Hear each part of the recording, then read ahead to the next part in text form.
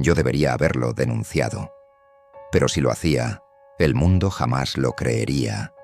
Y, quizás, en parte, yo no quería. Aquella idea me asaltaba cada vez que miraba el interminable manto de polvo gris más allá de los ventanales de la estación Selene. La corporación nos había vendido la misión como el futuro de la minería de helio 3, un paso de gigante para la humanidad. Pero en el fondo, sabíamos la verdad. Nos habían enviado aquí, al lado oculto, porque este rincón desolado era el lugar perfecto para enterrar secretos. El hallazgo de un astronauta ruso no estaba en los planes de nadie, mucho menos comprender que fue enterrado en la Luna por razones que superaban la lógica y el miedo. Y nadie debe saber por qué, porque saberlo sería desenterrar algo más que un cuerpo. La rutina en la estación Selene era un veneno lento, una sinfonía de zumbidos de recicladores de aire y el chirrido metálico de los taladros de perforación. Como comandante de campo, mi trabajo consistía en mantener esa monotonía funcionando, en traducir los memorandos corporativos en cuotas de producción y en asegurar que mis hombres no se volvieran locos por el silencio. La tierra era un susurro lejano en el comunicador, una voz sin cuerpo que exigía resultados y no toleraba desviaciones.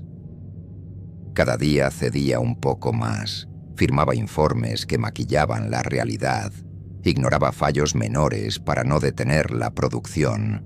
Era el precio de mi puesto, de mi influencia en un programa que una vez consideré el pináculo del espíritu explorador. Mi equipo era un reflejo de esas contradicciones. Anya Karpov, nuestra ingeniera eléctrica, era un torbellino de energía y optimismo. Sus dedos volaban sobre las consolas, optimizando los flujos de energía con una dedicación que rozaba la obsesión. Pero yo conocía su expediente. Antes de esto, había diseñado sistemas de vigilancia para gobiernos que no distinguían entre seguridad y opresión. Su idealismo aquí parecía un intento de lavar esa mancha de su conciencia. Era brillante, pero su fe en la tecnología como solución a todo era peligrosamente ingenua.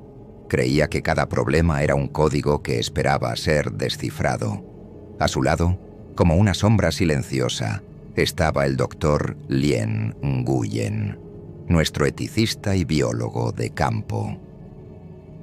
Pasaba sus días revisando los protocolos de esterilidad, sus ojos oscuros siempre fijos en un horizonte que solo él podía ver. Nguyen había desarrollado los algoritmos de comportamiento para las primeras sondas de terraformación en Marte, una obra de arte de la inteligencia artificial autónoma. Luego vio cómo esos mismos algoritmos eran adaptados para drones de combate en las colonias. Ahora, cada muestra de regolito que analizaba parecía pesarle como si contuviera los fantasmas de sus creaciones. Era la conciencia de nuestra misión, una conciencia que yo había aprendido a ignorar. La estación era nuestro universo, un laberinto de corredores blancos, bahías de carga y laboratorios presurizados. El olor a metal, ozono y aire reciclado era el único perfume que conocíamos. Afuera, el paisaje lunar era una obra de arte inmutable y aterradora. Cráteres como cicatrices en un rostro antiguo y un silencio tan profundo que a veces creías poder oír el latido de tu propia sangre. La corporación había elegido la cuenca Aitken por su supuesto subsuelo rico, pero los veteranos de programas anteriores sabían que era una zona extraoficialmente prohibida desde los años 70. Nadie hablaba de ello. Era otro secreto enterrado bajo el polvo. En el día 340 del ciclo de excavación, todo cambió. Yo estaba en el centro de control, revisando los informes de perforación con una taza de café sintético en la mano. Las lecturas del taladro profundo que penetraba el subsuelo a 30 metros siempre habían sido predecibles. Capas de regolito, basalto, anortosita. Pero esa mañana, La pantalla parpadeó. Un pico agudo en la lectura de densidad y una anomalía magnética que no tenía sentido geológico. Era un objeto denso y artificial. El taladro se detuvo automáticamente, su alarma un pitido agudo que cortó el silencio de la sala como un cuchillo. Anya se acercó a mi consola, sus ojos fijos en los datos. Eso no es roca, comandante. La firma magnética es una aleación de titanio, antigua, y la estructura es hueca. Su voz era una mezcla de curiosidad y alarma. Nguyen, que había entrado en la sala atraído por la conmoción, observó la pantalla por encima de mi hombro. No dijo nada, pero la tensión en su mandíbula lo decía todo. Él ya sentía que habíamos cruzado una línea que nunca debimos haber encontrado. Yo di la orden, mi voz más firme de lo que me sentía. Preparen un equipo de excavación de superficie. Quiero ver qué hemos encontrado. Sabía que estaba rompiendo el protocolo. Debería haber informado a la Tierra de inmediato, pero esa anomalía se sentía diferente. Se sentía personal. Era un secreto que llamaba a otro secreto. En ese momento, no sabía que estaba dando el primer paso hacia una tumba que llevaba medio siglo esperando ser profanada. Y con ella, al guardián que dormía en su interior. El vehículo de excavación lunar, una bestia de 6 ruedas apodada El Topo, avanzó lentamente sobre la superficie gris. Lo observábamos desde la seguridad del centro de control, las imágenes de sus cámaras llenando el monitor principal. El brazo robótico del vehículo barrió con cuidado las capas de regolito, revelando poco a poco el contorno de un objeto metálico. Era de un blanco descolorido, cubierto de las cicatrices de micrometeoritos, pero su forma era inconfundible. Un módulo de descenso soviético, un modelo LK que, según los registros oficiales, nunca había logrado un alunizaje tripulado. Estaba allí, enterrado a 30 metros, como una ballena fósil varada en un mar de polvo. «Imposible», susurró Anya, sus dedos tecleando furiosamente en su terminal. «No hay registro de esta misión, ni en los archivos desclasificados de Roscosmos, ni en las filtraciones de la Guerra Fría.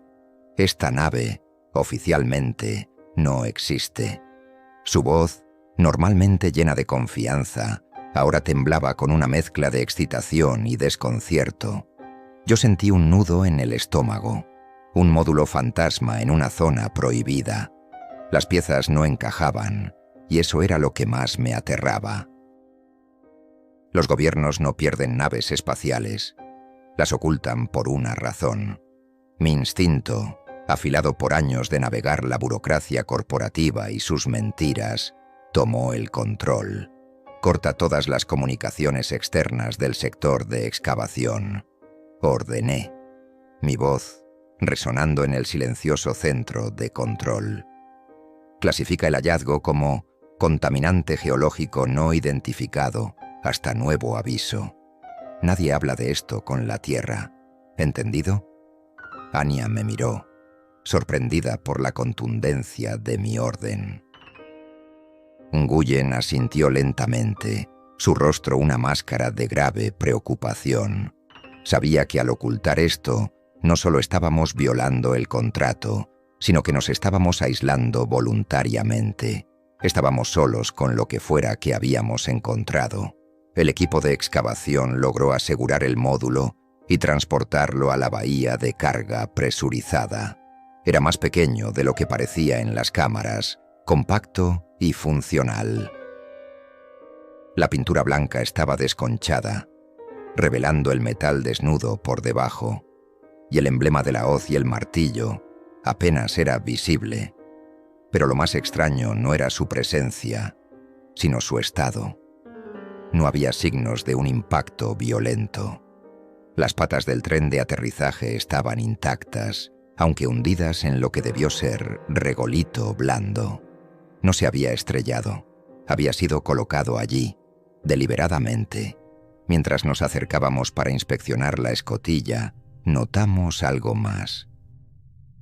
La junta de la puerta no solo estaba sellada mecánicamente, estaba cubierta por una capa gruesa de una sustancia oscura y cristalina, casi como obsidiana. No era parte del diseño original.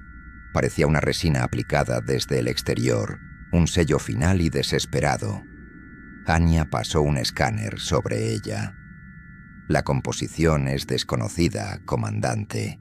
Es a base de silicio, pero con una estructura molecular que nunca he visto. Es casi orgánica.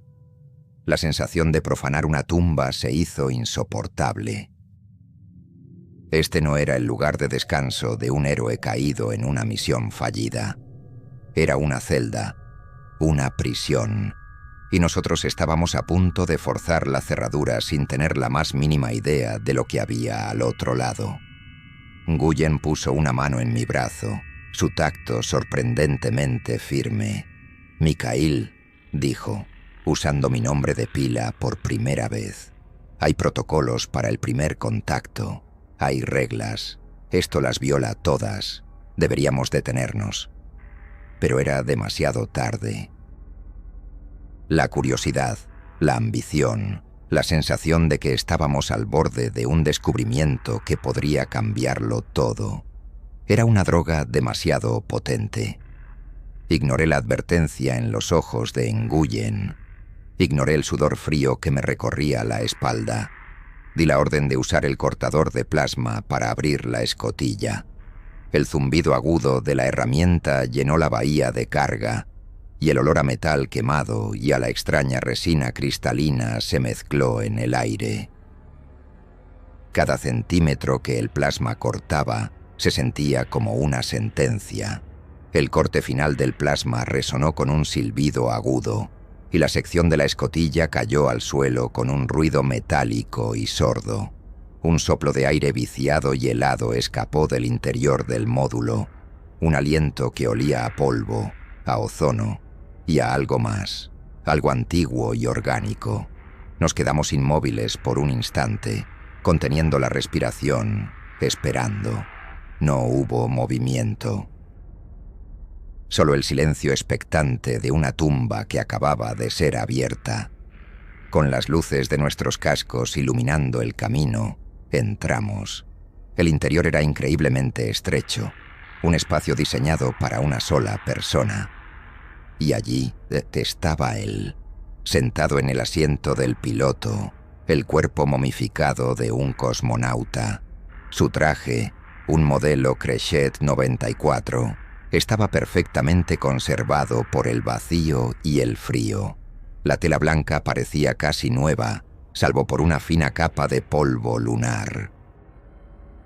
Estaba sujeto por los arneses, sus manos enguantadas todavía descansando sobre los controles, como si estuviera a punto de iniciar una maniobra.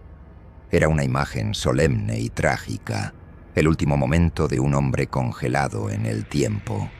Pero entonces, la luz de mi casco se reflejó en su visor, y el verdadero horror de la situación se hizo evidente. El visor de su casco no era transparente. Estaba completamente cubierto, desde el interior, por una capa gruesa y opaca del mismo cristal oscuro que sellaba la escotilla. Era como si hubiera crecido sobre el cristal del casco, bloqueando cualquier visión del exterior o del interior. Y mientras lo observábamos, algo ocurrió. Una débil luz azulada pulsó desde el centro del cristal, un latido lento y rítmico, como el de un corazón dormido. 1, 2, 3 segundos de oscuridad, y luego otro pulso suave. La luz iluminó brevemente el interior de la cabina, proyectando sombras danzantes que parecían moverse por sí mismas. Anya ahogó un grito. Yo retrocedí un paso instintivamente, mi mano buscando la pistola de bengalas de emergencia que llevaba en el cinturón, un gesto inútil y absurdo. Nguyen se quedó paralizado, sus ojos abiertos de par en par, fijos en el casco pulsante. «Está activo», susurró Anya, su voz temblando. Acercó un escáner de campo electromagnético al casco. El dispositivo se volvió loco, la aguja saltando al extremo de la escala con cada pulso de luz. «Está emitiendo una señal, comandante, de baja frecuencia, pero muy potente.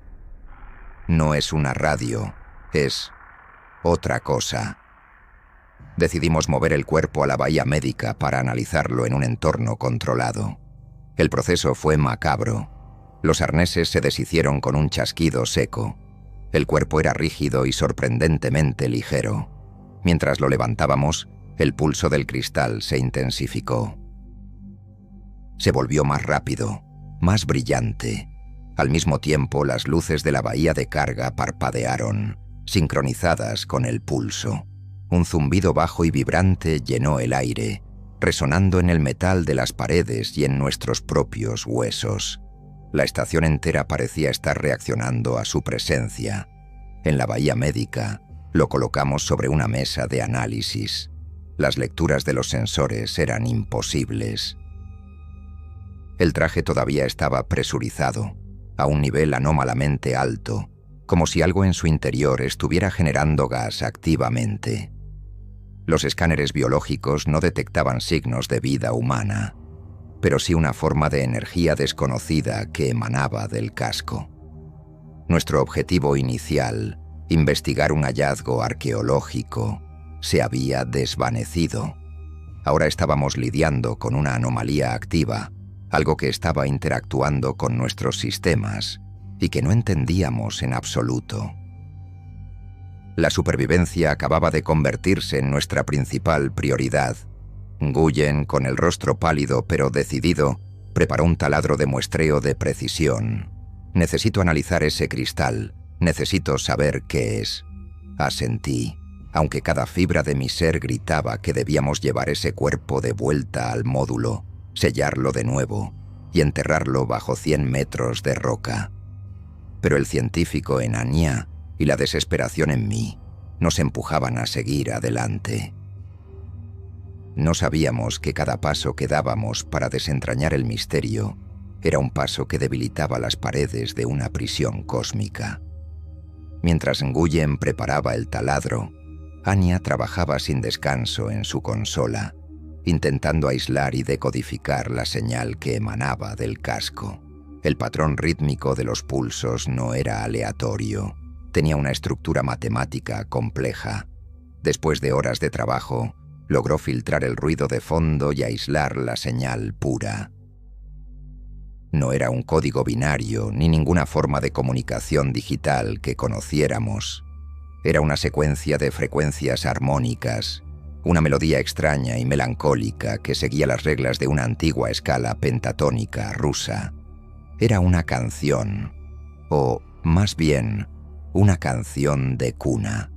«No tiene sentido», murmuró Anya frotándose los ojos cansados. «Es tecnología de señalización avanzada, pero está transmitiendo una de las melodías folclóricas más antiguas de la región de los Urales. Se usaba para calmar a los niños.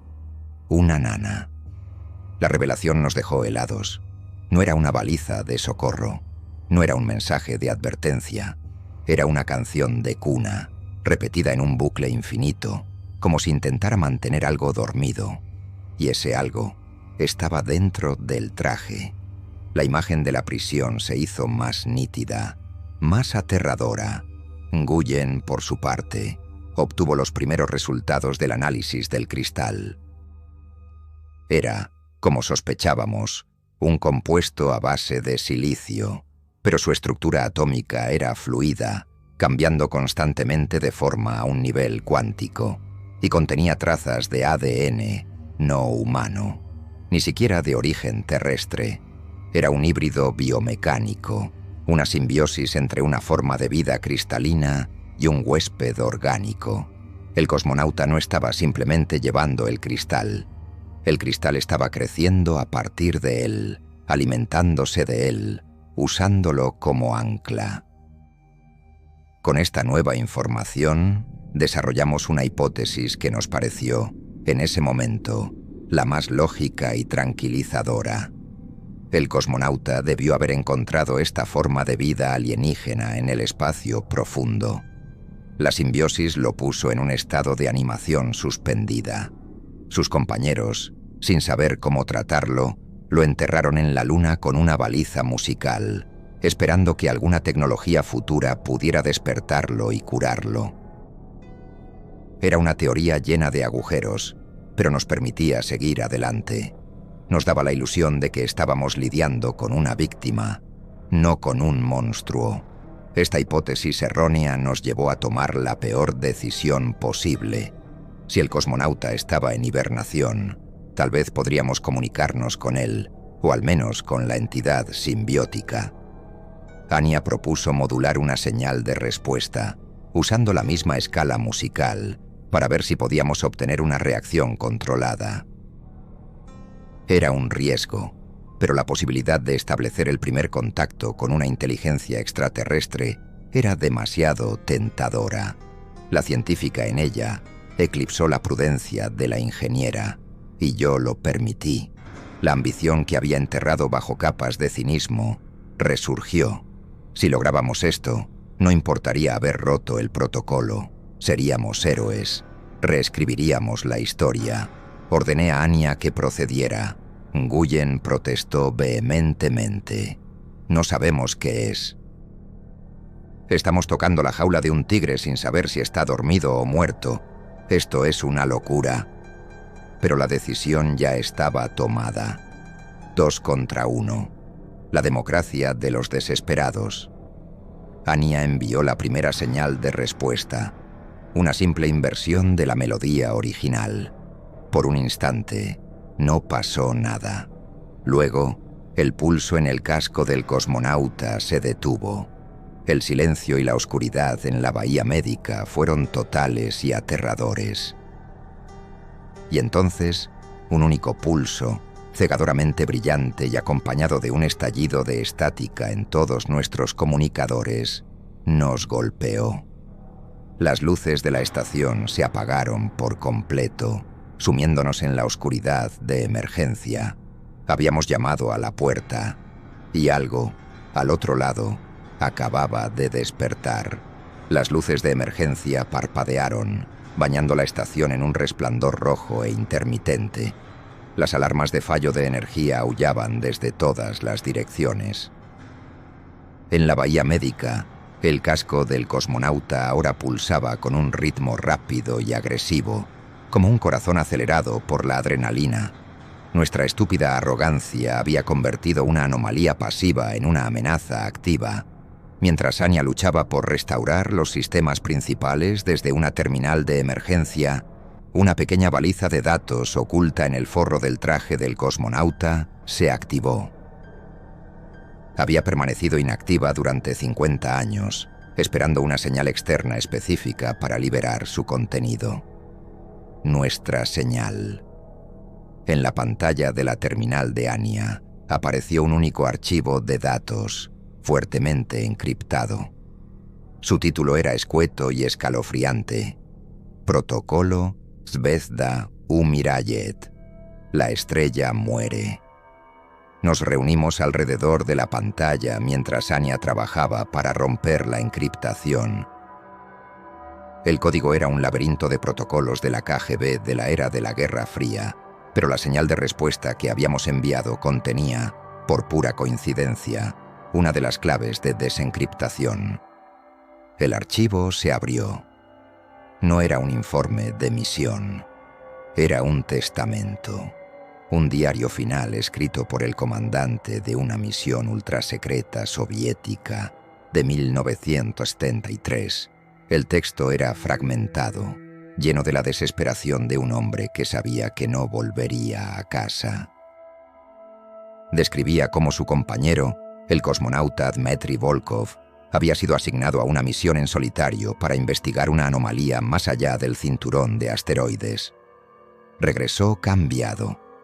No físicamente, al principio, sino en su comportamiento. Hablaba de una música silenciosa en el vacío, de una conciencia fría como las estrellas. El comandante relató cómo Volkov Empezó a sufrir convulsiones y como durante una de ellas, una fina capa de cristal oscuro comenzó a crecer sobre sus manos. La tripulación de la estación espacial Salyut intentó ponerlo en cuarentena, pero el cristal se extendió, cubriendo su visor y emitiendo pulsos que causaban fallos en los sistemas y alucinaciones en la tripulación. Describía cómo los otros cosmonautas empezaron a volverse paranoicos, violentos, atacándose unos a otros, hablando de sus peores miedos y fracasos, como si estuvieran sucediendo en ese momento. El informe final era claro. La entidad que se había adherido a Volkov era una forma de vida no física, una conciencia que se anclaba a la biología como un parásito, pero que existía como un campo de resonancia. No se comunicaba con palabras, sino con emociones, amplificando la culpa, el miedo y la ambición de quienes la rodeaban. Era un catalizador psíquico.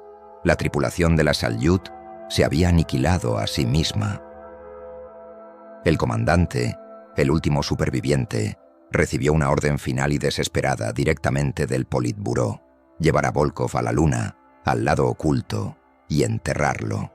No era una misión de rescate, era una misión de entierro. La nana musical no era para mantener a Volkov dormido, era para mantener a la entidad contenida, un patrón armónico que estabilizaba su campo de resonancia. Habíamos cometido un error catastrófico. No habíamos despertado a un astronauta en hibernación. Habíamos debilitado la cerradura de la celda de una plaga psíquica. La revelación nos golpeó con la fuerza de una despresurización. El problema no era un alienígena en un traje. El problema era mucho más grande, mucho más antiguo, y acabábamos de invitarlo a entrar. Mientras asimilábamos la verdad, la primera alarma de fallo en el soporte vital de la estación comenzó a sonar. El aire que respirábamos se estaba volviendo en nuestra contra. La revelación del archivo Zvezda Umirayet cambió todo. El enemigo no era físico, era un fantasma en la máquina, y la máquina era nuestra estación, nuestras mentes. El campo electromagnético que emanaba del casco de Volkov ya no era una simple interferencia. Se había convertido en una tormenta silenciosa que nos envolvía por completo. Las comunicaciones de largo alcance con la Tierra quedaron totalmente bloqueadas. No era como una llamarada solar, era una interferencia inteligente que se adaptaba a nuestros intentos de abrir un canal, ahogando nuestras señales con una estática que casi sonaba como susurros. Estábamos completamente aislados. Los sistemas de soporte vital fueron los siguientes en caer. El reciclador de aire comenzó a funcionar de manera errática, las lecturas de dióxido de carbono subiendo a niveles peligrosos antes de volver a la normalidad, como si la estación estuviera conteniendo la respiración. Las bombas de agua fallaban intermitentemente. Las luces parpadeaban al ritmo acelerado del pulso del cristal. La estación ya no era nuestro refugio. Se estaba convirtiendo en nuestra tumba, un cuerpo de metal infectado por la fiebre de la entidad. Cada alerta en la consola era un nuevo síntoma de la enfermedad. Nos vimos obligados a improvisar.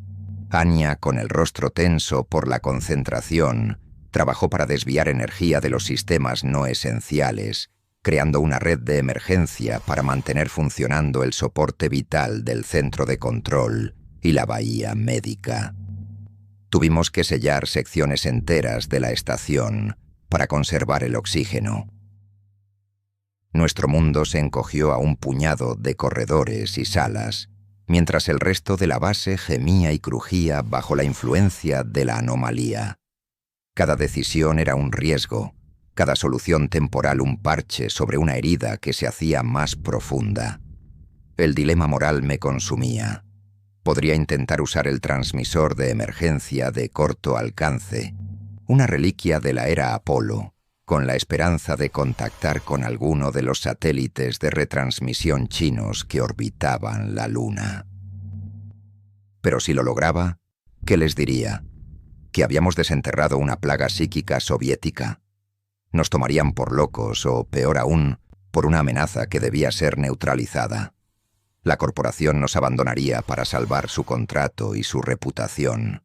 Mi decisión de ocultar el hallazgo nos había atrapado. Estaba solo, con la responsabilidad de la vida de mi equipo y potencialmente de algo mucho más grande. El agotamiento empezó a hacer mella en nosotros. Llevábamos casi 2 días sin dormir, alimentándonos de barritas de racionamiento y un café sintético que sabía a desesperación. La tensión constante, el aullido de las alarmas y el incesante pulso de luz azul que se filtraba desde la bahía médica nos estaban destrozando los nervios. Nguyen se volvió más retraído, pasando horas en silencio, observando las lecturas biológicas del cuerpo de Volkov, como si buscara una respuesta en un texto sagano y oscuro. Anya, por otro lado, se sumergió en su trabajo, su idealismo reemplazado por una determinación febril y casi maníaca. La sensación de ser observados era constante. A veces, por el rabillo del ojo, veía sombras moverse en los corredores oscuros. Oía mi nombre susurrado en la estática de los comunicadores internos. La entidad no solo estaba atacando la estación, nos estaba estudiando, aprendiendo nuestras debilidades, preparándose para su siguiente movimiento. Ya no luchábamos por entenderla. Luchábamos por sobrevivir a ella, y los recursos, tanto físicos como mentales, se estaban agotando a una velocidad aterradora. La presión externa no tardó en generar grietas en nuestro pequeño grupo. El miedo y el agotamiento erosionaron la confianza, dejando al descubierto nuestras fallas más profundas. El conflicto estalló durante una de las crisis del reciclador de aire. Las alarmas de CO2 se dispararon en el sector del laboratorio, y la única forma de estabilizar el sistema era reiniciar manualmente la unidad central, un proceso que requería exponerse brevemente a una atmósfera tóxica. Yo me preparaba para ir, pero Nguyen se interpuso en mi camino. No deberíamos estar arreglando la máquina, deberíamos estar arreglando el problema original, dijo, su voz baja pero cargada de una intensidad febril. Tenemos que devolver el cuerpo al módulo, sellarlo y enterrarlo de nuevo. Hay cosas que no están destinadas a ser entendidas, Mikhail, solo a ser respetadas. Tu ambición nos trajo a esto. Su acusación me golpeó como una bofetada. Era la verdad y dolía. Antes de que pudiera responder, Anya intervino, su rostro enrojecido por la ira. ¿Respetarlo? ¿Rendirnos? Espetó, señalando la bahía médica. Esa cosa está aprendiendo, está adaptándose. Si lo enterramos de nuevo, solo le estaremos dando tiempo para que encuentre otra forma de salir. Nuestra única oportunidad es entender su tecnología, la simbiosis del cristal. Podríamos controlarla, crear un contrapulso que la neutralice. Su fe en la tecnología, que antes me parecía ingenua, ahora sonaba a una peligrosa arrogancia. Veía una herramienta donde Nguyen veía un dios oscuro. La discusión se agrió rápidamente. Nguyen me acusó de querer explotar la tecnología para redimir mi carrera. Anya le acusó a él de ser un cobarde, de querer esconderse de los mismos avances que una vez defendió. Y yo, atrapado en medio, me di cuenta de que la entidad no necesitaba atacarnos directamente. Solo tenía que esperar a que nos destruyéramos nosotros mismos. Era un espejo de lo que les había ocurrido a los tripulantes de la Salyut. La paranoia, la desconfianza, la culpa, eran las verdaderas armas de la entidad. La fractura se hizo más profunda cuando descubrí que Anya había estado realizando experimentos por su cuenta. Había conectado un osciloscopio directamente al cristal del casco, intentando replicar la frecuencia de la canción de cuna original, convencida de que podía forzar a la entidad a volver a un estado durmiente. El riesgo era inmenso. Un error en la modulación podría hacer que el campo de resonancia colapsara de forma violenta, destrozando la estación, o algo peor. La confronté en el laboratorio. Por primera vez, vi miedo en sus ojos, pero estaba enterrado bajo capas de una determinación casi fanática. «Tengo que intentarlo, comandante. Es nuestra única salida». «Tu única salida es seguir mis órdenes», le respondí, mi voz más dura de lo que pretendía. La confianza entre nosotros se había roto. A partir de ese momento, cada uno de nosotros era una isla, luchando por su propia versión de la supervivencia, mientras el océano que nos rodeaba se volvía cada vez más tormentoso. La entidad nos había dividido. Ahora podía conquistarnos. Tras la confrontación con Anya, establecí un protocolo de seguridad estricto. La bahía médica, donde se encontraba el cuerpo de Volkov, fue sellada. Nadie entraba sin mi autorización directa. El centro de control se convirtió en nuestro único espacio seguro, una pequeña burbuja de orden en medio del caos creciente. Reforzamos la energía de esa sección, creamos redundancias para el soporte vital y establecimos turnos de guardia. Por un breve periodo, tuvimos la ilusión de que habíamos recuperado una pizca de control. Pensamos que, si podíamos mantenernos aislados de la fuente, podríamos resistir. Esa ilusión se hizo añicos de la forma más sutil y aterradora posible. Durante mi turno de guardia, mientras observaba los monitores, una de las cámaras del corredor sellado que conducía a la bahía médica parpadeó. En la pantalla, por una fracción de segundo, vi una figura de pie frente a la puerta sellada. No era ni Anya ni Nguyen.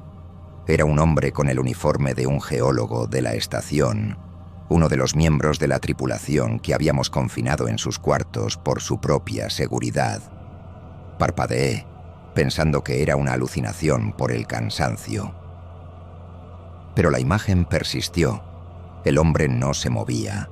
Solo estaba allí, observando la cámara, su rostro sin expresión. Revisé los sensores de la puerta. Estaba sellada, la presión intacta. No había forma de que alguien pudiera haber entrado o salido. Entonces, el hombre en la pantalla levantó una mano y la apoyó contra la puerta.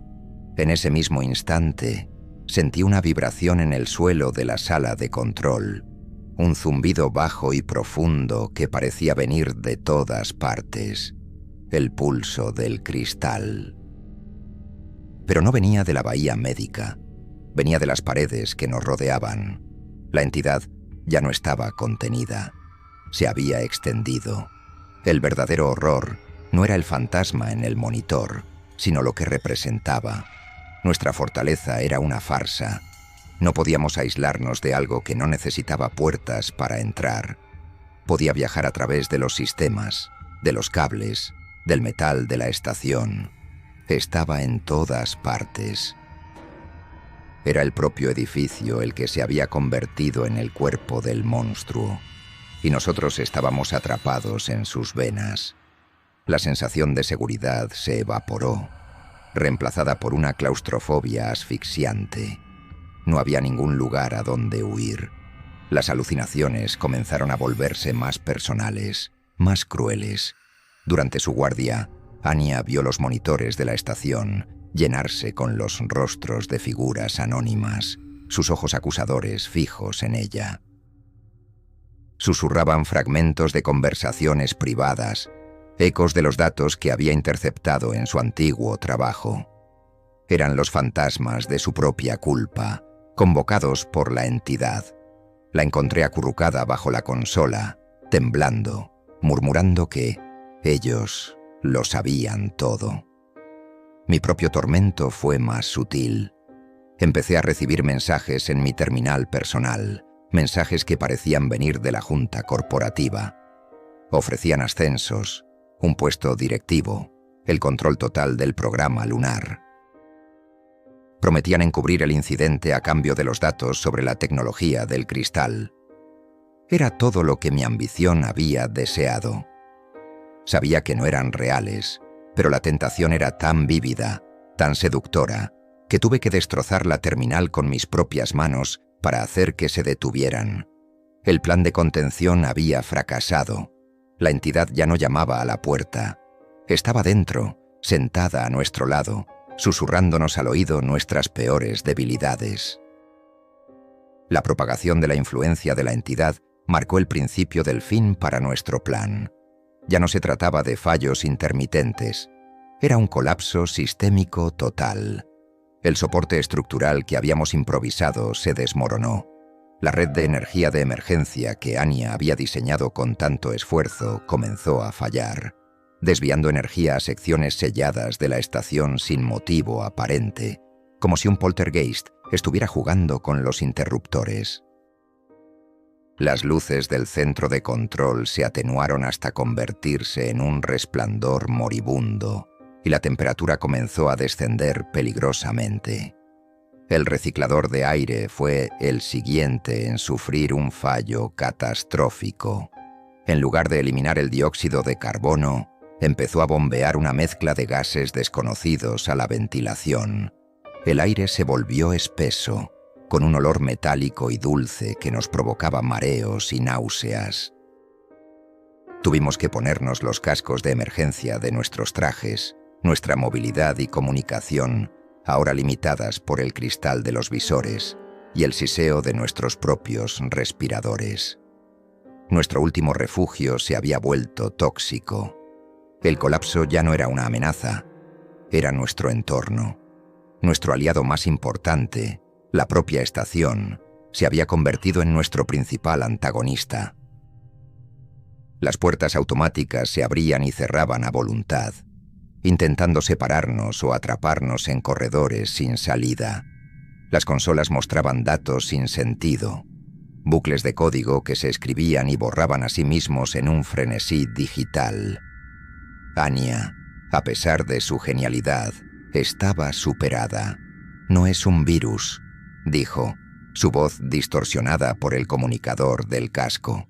La lógica del sistema central ha sido reescrita. No piensa como una máquina, piensa como esa cosa. El doctor Nguyen, que había permanecido en un silencio casi catatónico, finalmente se movió. Se acercó a la pantalla principal, que ahora mostraba un diagrama esquemático de la estación.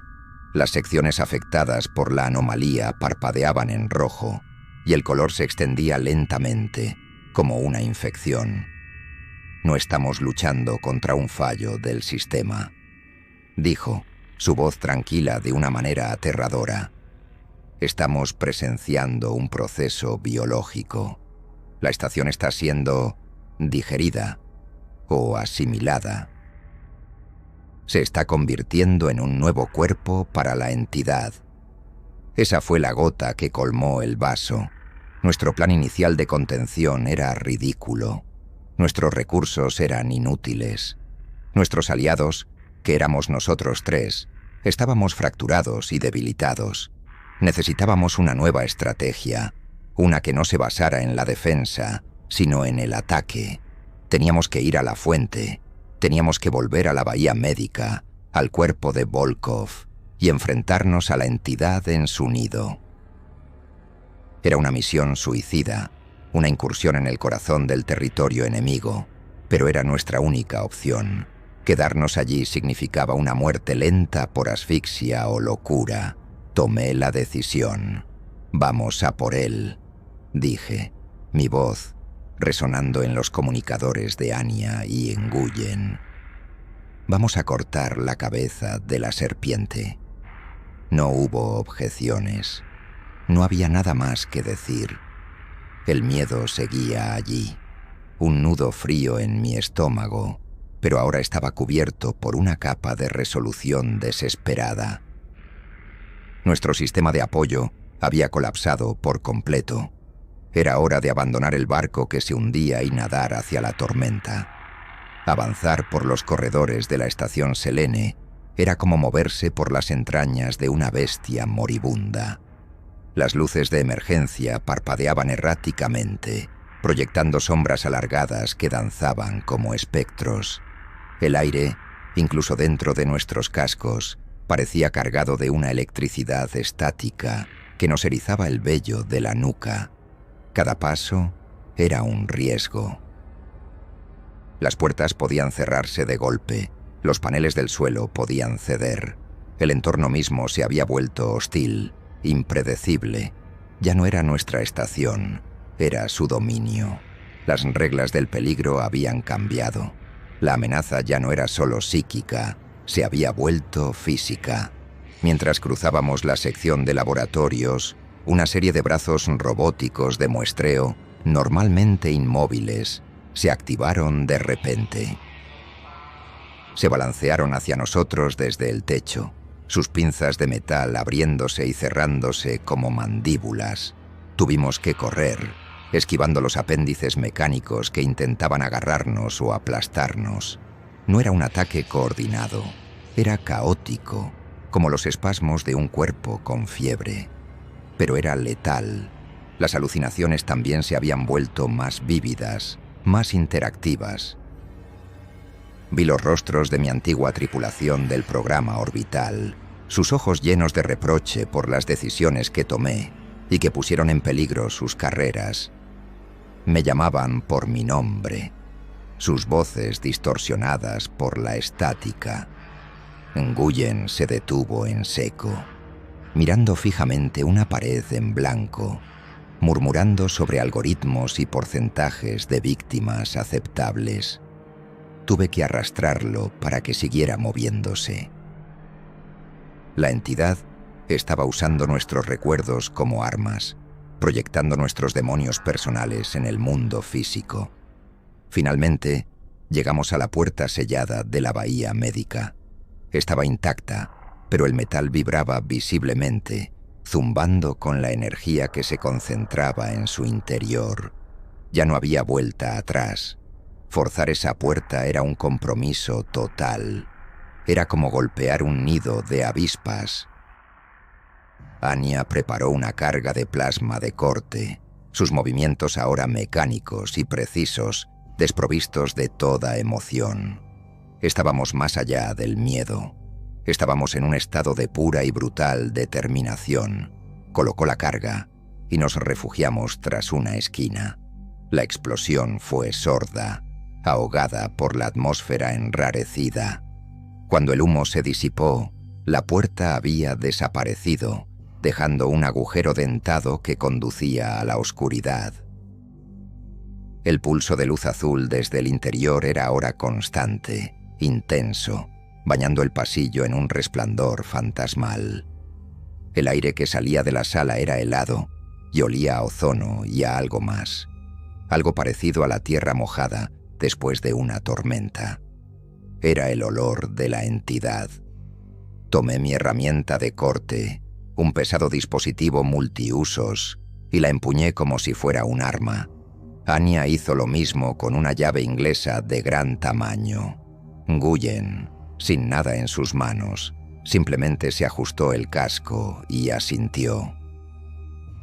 Entramos en la sala, uno por uno, descendiendo al corazón del territorio enemigo. El descenso no era físico, sino psicológico. Estábamos entrando en el nexo de la locura y sabíamos que, saliéramos victoriosos o no, no volveríamos a ser los mismos. Dentro de la bahía médica, el caos era sobrecogedor. El cuerpo de Dmitry Volkov seguía sobre la mesa de análisis, pero ahora la estructura cristalina que cubría su casco se había extendido. Zarcillos de cristal azul y negro se habían ramificado, conectándose a las consolas, a las paredes, al techo, como las raíces de un árbol alienígena. La sala entera estaba siendo transformada, convirtiéndose en una extensión del propio Volkov. El pulso de luz emanaba de toda la habitación, sincronizado y abrumador. Estábamos dentro del cerebro de la entidad. Nos movimos con cautela, buscando un punto débil, un núcleo que pudiéramos destruir, pero todo parecía ser parte de un único organismo. Atacar cualquier parte podría ser inútil. Mientras buscábamos, Anya notó algo en una de las consolas que todavía funcionaba, su pantalla parpadeando con datos que se superponían. Era el archivo Zvezda Umirayet, pero ahora contenía apéndices añadidos, fragmentos de información que la entidad había extraído de nuestros propios registros personales y de los sistemas de la estación. Entre los fragmentos había un diagrama. No era un esquema técnico, sino biológico. Mostraba el cuerpo de Volkov, con la estructura cristalina creciendo desde su cerebro, y al lado una serie de ecuaciones complejas que describían la resonancia del campo psíquico. Anya, con los ojos desorbitados, empezó a descifrarlas. «No es un parásito», susurró, su voz llena de asombro y terror. «Es una simbiosis fallida. El cristal es una forma de vida que necesita un huésped con una conciencia compleja para estabilizarse. Volkov no fue infectado, fue elegido». La verdad era mucho más extraña de lo que habíamos imaginado. La entidad no era inherentemente maliciosa. Era como un campo de energía pura, una conciencia sin forma que, al entrar en contacto con la mente caótica de un ser humano, se volvió inestable. El cristal era su intento de crear un cuerpo, una estructura estable, y las alucinaciones, los fallos del sistema, no eran ataques, eran los síntomas de su propio dolor, de su propia locura. Era una criatura recién nacida y aterrorizada, atrapada en una mente que no entendía, y estaba gritando de la única manera que sabía. El punto de giro estratégico fue devastador. No estábamos luchando contra un monstruo que quería destruirnos.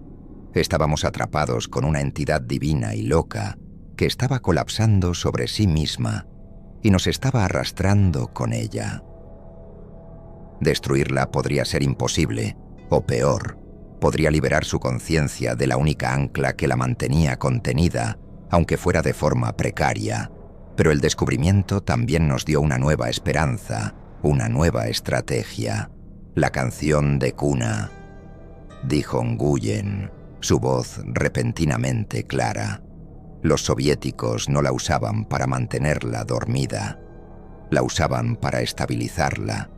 La armonía de la música calmaba la resonancia caótica de la mente de Volkov y, por extensión, a la entidad. De repente, todo tuvo sentido. No teníamos que matarla, teníamos que curarla, o al menos calmarla. Anya corrió hacia la consola. Puedo replicar la frecuencia original. Si la amplificamos a través del sistema de comunicaciones de toda la estación, quizás podamos forzarla a volver a un estado estable, a la hibernación. Era nuestra única oportunidad, una última y desesperada apuesta por la cordura. Nuestra nueva estrategia era arriesgada y desesperada. Mientras Anya trabajaba en la consola para aislar y preparar la secuencia armónica de la canción de cuna, Nguyen y yo teníamos que mantener a la entidad ocupada. Su estado caótico se estaba manifestando de formas cada vez más violentas. Los zarcillos de cristal se movían, azotando el aire como látigos. Piezas de equipo médico levitaban y eran arrojadas por la habitación con una fuerza tremenda. Era como estar en el centro de un tornado psíquico.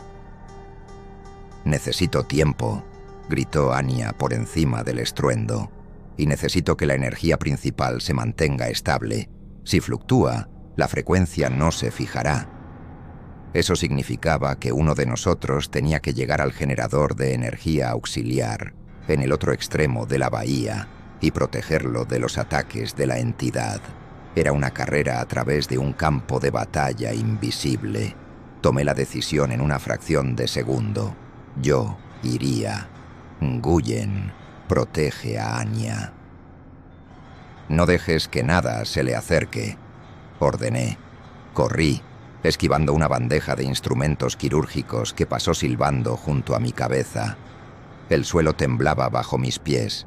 La entidad parecía sentir mi intención. Un muro de monitores y consolas se desprendió de la pared y se estrelló en mi camino, bloqueando el paso. Tuve que trepar por los escombros, mientras los cables expuestos chisporroteaban a mi alrededor. La alucinación más fuerte hasta el momento me golpeó. Vi el rostro de mi padre, decepcionado, diciéndome que siempre elegía el camino fácil, el de la ambición. Tuve que sacudir la cabeza con fuerza para disipar la imagen, el sudor cegándome dentro del casco. Llegué al generador. Era una unidad grande y cilíndrica, rodeada de un campo de contención parpadeante. Varios zarcillos de cristal ya se estaban acercando, intentando perforar el escudo. Usé mi herramienta de corte como una maza, golpeando los zarcillos, que se hicieron añicos como el vidrio, solo para regenerarse segundos después. Era una lucha agotadora e inútil, pero estaba comprando tiempo. A lo lejos, podía ver a Nguyen de pie frente a Anya, protegiéndola con su propio cuerpo mientras ella tecleaba frenéticamente. «¡Casi lo tengo!», gritó Anya. «¡Prepárense!». El pulso de luz de la sala comenzó a acelerarse, volviéndose casi estroboscópico. El sonido se convirtió en un chillido agudo que perforaba nuestros oídos incluso a través de los cascos. La entidad estaba luchando contra el intento de Anya de imponer orden en su caos. Sentí un dolor agudo en mi cráneo, como si 1000 agujas se clavaran en mi cerebro.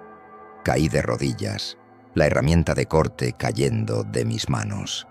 Este era el final. Habíamos fallado. Pero entonces, a través del caos, un nuevo sonido emergió. Una nota pura y clara que se extendió desde los altavoces de la estación. Luego otra y otra, formando una melodía simple y melancólica, la canción de cuna. Anya lo había logrado. La melodía se extendió por toda la estación, vibrando en el metal, en el aire, en nosotros. El chillido de la entidad vaciló. Los zarcillos de cristal se detuvieron. La luz estroboscópica comenzó a ralentizarse, volviendo a su pulso lento y rítmico. Por un instante, la tormenta se calmó. La calma duró apenas unos segundos. La canción de cuna había estabilizado a la entidad, pero no la había vencido. Era como darle un sedante a un gigante. Sentimos un cambio en la atmósfera, una concentración de energía que hacía que el aire crepitara. El cuerpo de Volkov, en el centro de la red de cristal, comenzó a convulsionar violentamente. No habíamos calmado a la bestia, solo la habíamos enfocado. Ahora, en lugar de un caos disperso, enfrentábamos una voluntad única y concentrada. Y esa voluntad nos quería fuera. La pérdida fue repentina y brutal. Un zarcillo de cristal, más grueso y rápido que los demás, se disparó desde el techo. No iba dirigido hacia mí ni hacia Anya. Se dirigió directamente al Dr. Nguyen. Estaba de espaldas, todavía protegiendo a Anya. No tuvo tiempo de reaccionar. El zarcillo lo atravesó, perforando su traje y su pecho con un sonido húmedo y repugnante. Se quedó inmóvil por un segundo, su cuerpo suspendido en el aire, antes de caer al suelo como una marioneta a la que le han cortado los hilos. El grito de Anya fue ahogado por el comunicador. Yo me quedé paralizado, el horror helándome la sangre. Nguyen, la conciencia de nuestra misión, el hombre que nos había advertido desde el principio, se había ido. Su sacrificio nos había dado los segundos que Anya necesitaba, pero el costo era insoportable. La victoria, si es que alguna vez fue posible, ahora parecía una burla vacía. La desesperación nos inundó. Éramos 2 contra un dios loco y acabábamos de perder a nuestra brújula moral. La entidad no se detuvo. Con Nguyen fuera del camino, su furia se centró en la consola de Anya, la máquina que emitía la canción de cuna. Otro zarcillo golpeó la terminal, haciéndola explotar en una lluvia de chispas y metal retorcido. La melodía se cortó abruptamente, reemplazada de nuevo por el chillido caótico y ensordecedor. Habíamos perdido nuestra única arma. Estábamos indefensos. La hora más oscura había llegado. Anya se derrumbó junto a los restos de su consola, sollozando. Yo me arrastré hacia el cuerpo de Nguyen, un impulso irracional de ayudarlo, de hacer algo. Su visor estaba roto, sus ojos abiertos miraban a la nada. Había muerto por nuestra arrogancia, por mi arrogancia. La culpa me golpeó con la fuerza de una explosión. La entidad se alimentó de ello. Las alucinaciones volvieron, más fuertes que nunca. Vi la estación entera ardiendo, la tierra explotando en el cielo. Vi el fin de todo, y era mi culpa. Pero en medio de esa desesperación, algo cambió. Mientras miraba el rostro sin vida de Nguyen, vi el reflejo de mi propio rostro en un fragmento de su visor roto. Y detrás de mí, vi la mesa de análisis, el cuerpo de Volkov, y entendí. La canción no era la única forma de estabilizar a la entidad. Era solo un método externo. La verdadera contención, la original, era el propio Volkov. Su mente, su cuerpo, eran la jaula. La entidad no necesitaba ser calmada. Necesitaba un ancla. Necesitaba un guardián. Una última y terrible chispa de esperanza se encendió en mi mente. No podíamos ganar la guerra, pero tal vez podíamos restaurar la prisión. Me puse de pie, la desesperación reemplazada por una claridad fría y aterradora. El plan que se formó en mi mente era a la vez simple y monstruoso. Si Volkov era la jaula y la jaula estaba rota, entonces la única solución era construir una nueva, o más bien, ofrecer una. Caminé hacia Anya, que seguía sollozando en el suelo. La levanté, obligándola a mirarme. «Anya, escúchame», dije, mi voz sonando extrañamente tranquila en mis propios oídos. «Todavía hay una forma, pero necesito que hagas exactamente lo que te digo». Le expliqué el plan. Había un protocolo de emergencia en la estación, el protocolo Kerberos, diseñado para contener una brecha biológica catastrófica. Utilizaba cargas de vitrificación del regolito para sellar una sección entera de la base, convirtiéndola en una tumba de obsidiana sólida. Podíamos usarlo para enterrar la bahía médica para siempre. Pero había una trampa. El protocolo requería una activación manual desde una consola dentro de la zona de cuarentena. Alguien tenía que quedarse atrás. Anya me miró, sus ojos llenos de horror y comprensión. «No, comandante, no puede. Es la única manera», la interrumpí. «Tú tienes que salir de aquí, tienes que llevar los registros, tienes que advertirles. Si no, todo esto no habrá servido de nada». La arrastré hacia la puerta, mientras los zarcillos de cristal se agitaban a nuestro alrededor, como si la entidad sintiera el cambio en nuestra estrategia. La empujé al pasillo y activé el cierre de emergencia. La pesada puerta de titanio comenzó a descender. «Mikhail, no», gritó ella golpeando el metal. «Hay otra forma, tiene que haberla». «No la hay», le dije, mi voz rompiéndose por primera vez. «Ahora vete, es una orden». La puerta se cerró con un golpe sordo y definitivo, sellándola fuera. Estaba solo con el cuerpo de Volkov y la conciencia cósmica que aullaba a mi alrededor. Caminé lentamente hacia la mesa de análisis, ignorando los proyectiles de equipo que volaban por la habitación. Me detuve frente a Volkov, o lo que quedaba de él. El rostro detrás del cristal roto del casco era apenas humano, una fusión de carne y cristal. La entidad me golpeó con su ataque final. No fue físico, Fue una inundación de visiones. Me mostró la gloria que podría tener si aceptaba la simbiosis. Me mostró galaxias naciendo y muriendo, los secretos del universo al alcance de mi mano. Me ofreció todo lo que mi ambición siempre había deseado. Por un momento, vacilé. La tentación era abrumadora. Pero entonces, vi el rostro de Nguyen. Vi el miedo en los ojos de Anya. Vi el legado de fracaso y compromiso que había sido mi vida. Y elegí. Rechacé la oferta. Me acerqué a la consola del protocolo Kerberos, en la pared junto a la mesa. La entidad gritó en mi mente, un sonido de pura furia y traición. Los zarcillos de cristal se lanzaron hacia mí desde todas las direcciones.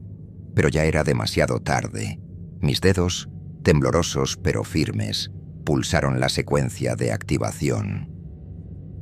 Protocolo Kerberos activado, dijo una voz sintética y sin emociones desde la consola. Detonación en 10 segundos. Los últimos 10 segundos de mi vida fueron los más largos y los más silenciosos. El aullido de la entidad en mi mente cesó, reemplazado por una extraña sensación de calma, casi de aceptación. Los zarcillos de cristal se detuvieron a centímetros de mi cuerpo, inmóviles. Miré el cuerpo de Volkov y por un instante me pareció ver un destello de gratitud en los restos de sus ojos. Había sido un guardián durante 50 años. Ahora, su guardia había terminado. Mi turno estaba a punto de comenzar. El contador en la pantalla llegó a 0. No hubo una explosión violenta, sino un sonido profundo y resonante, como el de una campana gigante. Las paredes de la bahía médica comenzaron a brillar con un calor anaranjado intenso. Las cargas de vitrificación se habían activado. El regolito lunar supercalentado, convertido en vidrio líquido, comenzó a inundar la sala desde unos conductos en el techo. Era hermoso y aterrador. Una cascada de obsidiana fundida que lo consumía todo. Lo primero que desapareció fue el cuerpo de Volkov, engullido por el río de cristal negro. Luego, las consolas, las paredes, el suelo. El calor era insoportable, pero no sentí dolor. La entidad me protegió hasta el final, o quizás ya éramos uno. Sentí que mi conciencia se expandía, fusionándose con la suya. Vi el universo a través de sus ojos, un tapiz infinito de luz y oscuridad, y sentí su soledad, su miedo, su anhelo de estabilidad. Ya no era Mikhail Vetrov, comandante de la estación Selene. Era algo más, un ancla, un guardián. La transformación fue completa. Mi cuerpo fue consumido, mis átomos dispersados y atrapados en la matriz de cristal que se enfriaba rápidamente. Mi conciencia, fusionada con la de la entidad, quedó sellada dentro de esa nueva prisión de obsidiana. El pulso azul se desvaneció, reemplazado por el silencio y la oscuridad total. El caos había sido contenido.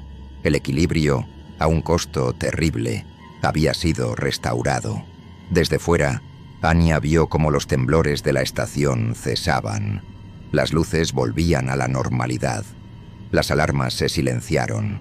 La fiebre había pasado. La estación estaba a salvo. Lo que se perdió ese día fue incalculable. La vida del Dr. Nguyen, un buen hombre atormentado por sus creaciones. Mi propia vida, mi identidad, mi humanidad. Se ganó una tregua precaria para una humanidad que nunca sabría el peligro que había corrido. Anya Karpov cambió para siempre.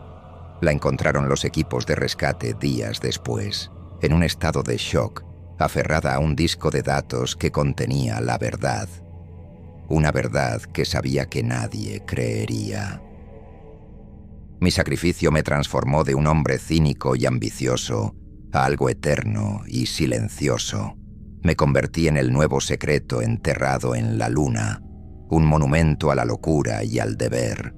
El hombre que una vez maquilló informes para avanzar en su carrera se convirtió en el garante final de la cuarentena más importante de la historia de la humanidad.